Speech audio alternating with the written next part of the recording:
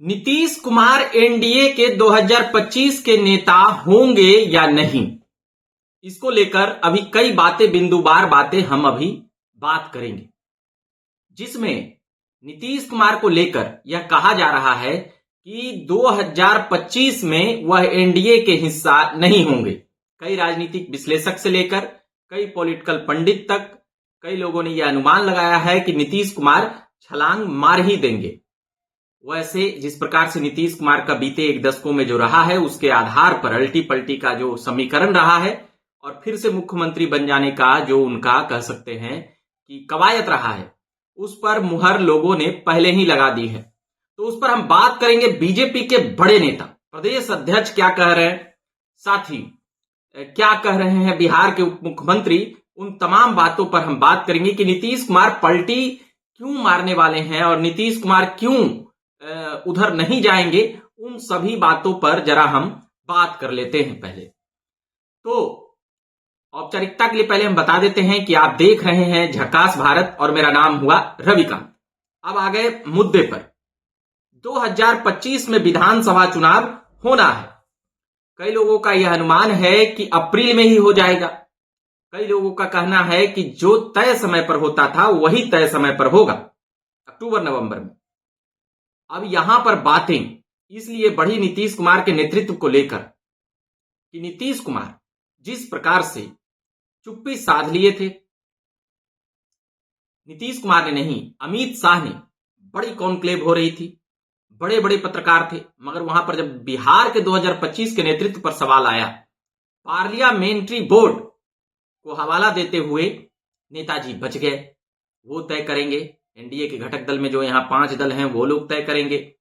मगर वही नेताजी लोग 2024 लोकसभा में एक भी बार पार्लियामेंट्री बोर्ड का नाम नहीं लिए थे। इसीलिए ये बातें संशय हुआ कि ये जिस प्रकार से अब जो पार्लियामेंट्री बोर्ड की बातें हो रही है, एनडीए के शीर्ष नेताओं की बैठक मीटिंग के बाद घोषणा की बात हो रही है, तो इससे जो एक मंशा है कि भाजपा यहां सरकार कई दशकों से बनाना चाहती है, उसमें नीतीश कुमार किनारे कर दिए जाएंगे। बस वहीं से पूरा विवाद उभरा और फिर सभी नेताओं की बयानबाजी शुरू हुई। जदयू की ओर से भी नीतीश कुमार के कसीदे गढ़े गए, भाजपा की ओर से भी नीतीश कुमार को बड़े बड़े अवार्ड कह सकते हैं, भारत रत्न देने की बातें हुई गिरिराज सिंह की तरफ से। मगर वहीं जो प्रदेश अध्यक्ष थे, जब पत्रकारों द्वारा यह पूछा गया तो उन्होंने साफ कहा कि नीतीश कुमार नेता होंगे, मगर पार्लियामेंट्री बोर्ड में यह तय होगा। अब आप समझ सकते हैं कि एक पेंच और एनडीए के घटक दल तय करेंगे। तो क्या कह रहे हैं, पहले हम उप मुख्यमंत्री की बातों से पहले हम सुन लेंगे कि क्या कह रहे हैं बीजेपी के प्रदेश अध्यक्ष और वर्तमान में बिहार सरकार के मंत्री दिलीप जायसवाल। पहले सुन लेते हैं। अमित शाह जी ने कल एक मंच से कहा है कि जरूरी नहीं है कि 2025 में नीतीश कुमार ही बनेंगे पार्लियामेंट्री बोर्ड में। नहीं, जो पहला शब्द आपने कहा, ऐसा कभी भी अमित शाह जी ने नहीं कहा। पहला शब्द अमित शाह जी ने नहीं कहा। नहीं, कहा है ना उन्होंने कि कोई जरूरी नहीं कि 2025 बोलने दीजिए ना उनको। दूसरा जो है, जो आपने कहा कि इस तरह का फैसला पार्लियामेंट्री बोर्ड लेता है। भारतीय जनता पार्टी का अपना संविधान है। उस संविधान में किसी भी व्यक्ति को कोई फैसला लेने का या कोई भी चीज बोलने का हक नहीं है। इसीलिए अमित शाह जी ने अपने ऊपर सर्वोपरि पार्लियामेंट्री बोर्ड के बारे में बताया। वो हमारे भारतीय जनता पार्टी का संविधान है। लेकिन सवाल सर इसलिए उठ रहा है कि जब से नीतीश जी वापस आए हैं इस गठबंधन में, खास तौर पर लोकसभा चुनाव के बाद, कोई भी नेता हो, प्रधानमंत्री हो, गृह मंत्री हो, आप लोग हो, सभी लोग कहते हैं कि 2025 में भी नीतीश कुमार के ही चेहरे पर चुनाव लड़ा जाएगा, वही मुख्यमंत्री बनेंगे। लेकिन इस पर इसलिए सवाल उठ रहे हैं कि जो बॉडी लैंग्वेज थी या जो उन्होंने पॉज लेकर बोला, तो क्या स्पष्ट है कि 2025 में भी नीतीश कुमार के ही चेहरे पर चुनाव लड़ेंगे? एकदम नीतीश कुमार जी के चेहरे पर ही चुनाव लड़ेंगे। नीतीश कुमार जी के नेतृत्व में चुनाव लड़ा जाएगा। लेकिन ये फैसला कोई दिलीप जायसवाल, सम्राट चौधरी, विजय सिन्हा नहीं लेते हैं। ये फैसला तो केंद्र के स्तर पर होता है। लेकिन हम लोग को जो पार्टी से सीधा निर्देश है, अध्यक्ष के नाते मैं सर्वोपरि हूं, तो अध्यक्ष के नाते हमको जो सीधा निर्देश है वो निर्देश है कि नीतीश कुमार जी के नेतृत्व में हम 2025 का चुनाव लड़ेंगे। सर क्लियर हो गया? एक और सवाल है। तो जैसा कि आप लोगों ने सुना कि नीतीश कुमार के नेतृत्व पर ही मुहर लगाते हुए नजर आए, मगर लेकिन ये पार्लियामेंट्री बोर्ड लोकसभा के चुनाव के वक्त ऐसी बयानें नहीं आती थी, अब आ रही है, इसीलिए संशय हो रहा है। तो दिलीप जायसवाल ने क्या कुछ कहा, उन बातों को आपने सुना और समझा, मगर बिहार के उप मुख्यमंत्री ने क्या कहा जानते हैं?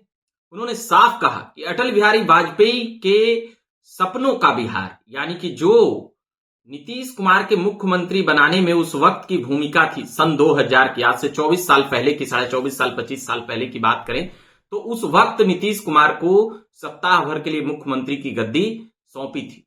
वह भाजपा के हस्तक्षेप और केंद्र सरकार के सीधे के हस्तक्षेप और भाजपा के समर्थन से वह बनी थी। उसके बाद 2005 में ऐसा कुछ हुआ कि उसमें कहा यह गया कि अटल आडवाणी की पहली पसंद नीतीश कुमार थे, इसीलिए उन्हें नेतृत्व सौंपी गई और नेता उन्हें बिहार का बनाया गया। तो इस प्रकार से सीधे तौर पर विजय सिन्हा का कहना था कि वह अटल बिहारी वाजपेयी के सपनों के बिहार और उनके नेतृत्व और नीतीश कुमार किधर भी नहीं जाने वाले हैं। वह सीधे तौर पर जिस मूड मिजाज में बोल रहे थे, यानी कि नीतीश कुमार नहीं जाएंगे। पहले हम सुन लेते हैं उनके वक्तव्य को। अटल जी के सबसे बड़े चहेते बिहार के मुख्यमंत्री नीतीश कुमार जी थे और उनको यहां सुशासन स्थापित करने के लिए भेजा गया।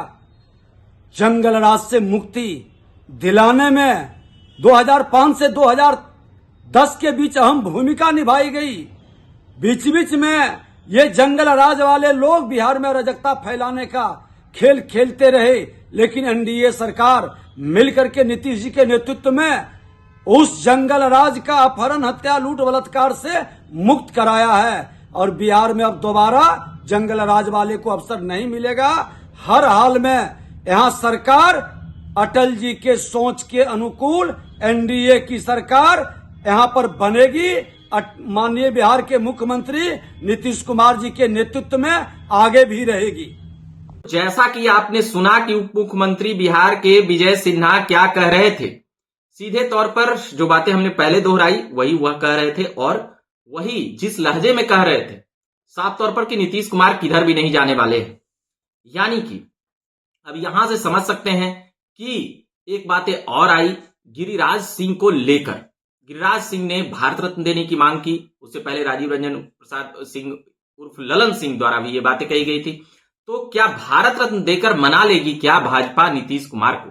ऐसे कई सवाल हैं कि नीतीश कुमार की मजबूरी है भाजपा में रहना या फिर उनकी जरूरत है। ऐसे कई सवाल जो उठ रहे हैं वह बिहार के मुख्यमंत्री नीतीश कुमार को लेकर कि इधर जाएंगे उधर जाएंगे, उनका जो लगातार जो रहा है। साथ ही इसके साथ 15 जनवरी को जो दही चूड़ा का कार्यक्रम होगा, मकर संक्रांति कह लें, उसमें अगर जिस प्रकार से लालू प्रसाद यादव के यहाँ जाने आने का जो उनका रहा है और उसके बाद जो सरकार में बदलाव आ जाती है, उस पर चाहे वह सावन का वक्त हो या मकर संक्रांति का वक्त हो, यह बड़ा महत्वपूर्ण तिथि रहा है। इसीलिए यहां से यह समझा जा रहा है कि नीतीश कुमार का क्या आगे का होगा। उससे पहले ही जो बयानबाजी थी उस पर हमने कुछ चर्चा और बातें की है, मगर फिलहाल नीतीश कुमार बिहार के इतने बड़े फैक्टर बने हुए हैं कि वह 2 दशकों से वह लगातार मुख्यमंत्री बनते आ रहे हैं, 9 बार शपथ ले चुके हैं। दावा यह है कि 2025 में भी वही शपथ लेंगे, भले वह इधर से लें या उधर से लें, यानी राजद की तरफ से लें या फिर भाजपा की तरफ से लें। ये बातें खूब तरीके से आम हो चली है। 220 का लक्ष्य रखी है भाजपा एनडीए का 2025 विधानसभा में बिहार के लिए।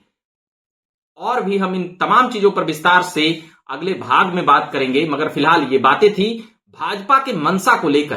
क्या भाजपा यहां मुख्यमंत्री अपना चाहती है पुरजोर तरीके से, तो उसमें नीतीश कुमार को 25 में ही हटा देगी क्या? आप भी कमेंट बॉक्स में जाकर जवाब दे सकते हैं। फिलहाल हम जो बातें उठ रही थी 2024 लोकसभा की बातें और अभी की भाजपा की बातें, इसमें साफ अंतर देखी गई है। अमित शाह के उस बयान के बाद भाजपा के अंदर खाने में भी ये बातें मैसेज है कि इस बार भाजपा का मुख्यमंत्री होना चाहिए। मगर जब जब भाजपा ये बातें सामने लाती है और कहती है, तो नीतीश कुमार को अल्टी पल्टी करते देरी नहीं लगती और नीतीश कुमार का बस इसी कारण से पलटूराम नाम पड़ गया, चाहे वो राजद में रहे तो फिर राजद के लोग भी अब हथियाना चाहते हैं उनकी पार्टी और उनके विधायकों को, तो अब यहां से भी वह पलटी मारकर फिर से भाजपा में आते हैं। तो उन सभी बातों पर हम अगले भाग में बात करेंगे, मगर फिलहाल के लिए ये बातें दिलचस्प है कि 2024 लोकसभा में जो भाजपा कह रही थी अब वह भाजपा के वक्तव्यों में साफ अंतर देखा गया है। उसी को लेकर ये बातें थी और उसी को लेकर हम बातें अभी सुना रहे थे।